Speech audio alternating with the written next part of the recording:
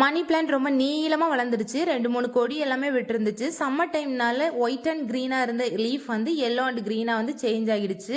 அதுக்கு ஒரு garland setup பண்ணலான்னு சொல்லிட்டு தான் 2 வாஸ் துண்டு மாடியில் ஃப்ரீயாக தான் இருந்துச்சு.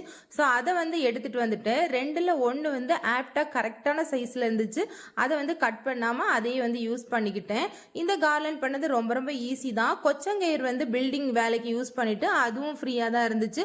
அதை வச்சு அந்த கயிறை இந்த வாஸ் மேலே சுற்றி விட்டு இது பண்றது ரொம்ப ரொம்ப ஈஸி தான். கயிறை வந்து டைட்டா சுத்திட்டு எண்ணாட் போட்டா சூப்பரா ரெடி ஆகிரும்.